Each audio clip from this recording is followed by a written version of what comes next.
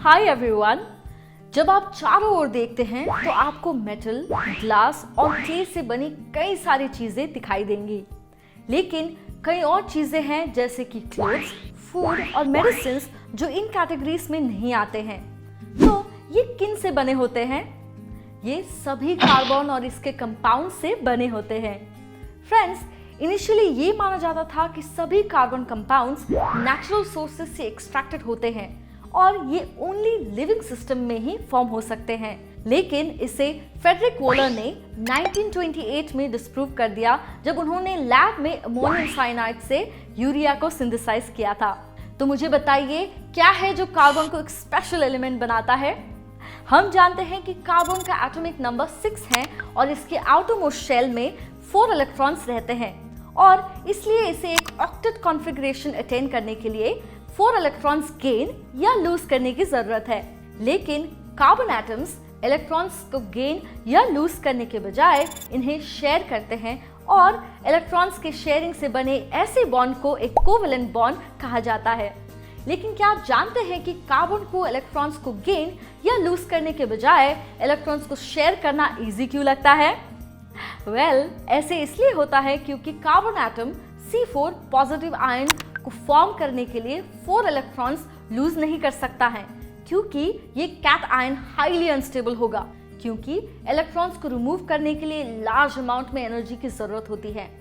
ये C4 negative ion को form करने के लिए 4 इलेक्ट्रॉन्स गेन भी नहीं कर सकता है, क्योंकि formed an ion highly unstable होगा, क्योंकि एडेड 4 इलेक्ट्रॉन्स और ऑलरेडी प्रेजेंट 6 इलेक्ट्रॉन्स के बीच रिपल्सन की फोर्सेस को ओवरकम करने के लिए लार्ज अमाउंट में एनर्जी रिक्वायर होती है। सिंस कोवैलेंट बॉन्डिंग में आयन फॉर्मेशन नहीं होता है, इसीलिए कार्बन कंपाउंड्स इलेक्ट्रिसिटी के पुअर कंडक्टर्स होते हैं। कार्बन कंपाउंड्स के बॉइलिंग और मेल्टिंग पॉइंट्स भी लो होता है, क्योंकि इनके मॉलिक्यूल्स के अंदर स्ट्रॉन्ग बॉन्ड्स होते हैं, लेकिन इंटरमॉलिक्यूलर फोर्सेस वीक होते हैं और इन्हें ब्रेक करने के लिए लेस एनर्जी रिक्वायर होती है। अब मुझे बताइए कि आपको एक डायमंड और एक ग्रेफाइट के पीसेस के बीच में क्या सिमिलर लगता है? यस, वो दोनों कार्बन के डिफरेंट फॉर्म्स हैं, लेकिन जिस तरीके से इनमें कार्बन एटम्स एक दूसरे से बॉन्डेड है, इन्हें डिफरेंट बनाता है। डायमंड में एक 3 डिमेंशनल स्ट्रक्चर होता है, जबकि ग्रेफाइट में एक हॉरिजॉन्टल लेयर्ड स्ट्रक्चर होता है। ग्रेफाइट और डायमंड को कार्बन के एलोट्रोप्स कहा जाता है। तो एलोट्रोप्स टर्म का क्या मतलब है? एलोट्रोप्स वो होते हैं जिनमें सेम कॉम्पोजिशन और केमिकल प्रॉपर्टीज होते हैं, लेकिन डिफरेंट एटॉमिक अरेंजमेंट और फिजिकल प्रॉपर्टीज होते हैं। फ्रेंड्स, कार्बन के एलोट्रोप्स का एक और क्लास होता है जिसे फुलरीन्स कहा जाता है। फर्स्ट आइडेंटिफाइड फुलरीन C60 था, जिसमें कार्बन एटम्स एक फुटबॉल के शेप में अरेंज थे।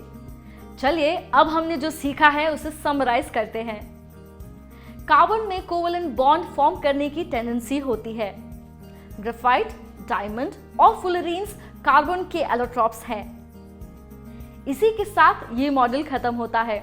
फिर मिलेंगे नेक्स्ट मॉड्यूल में। बाय।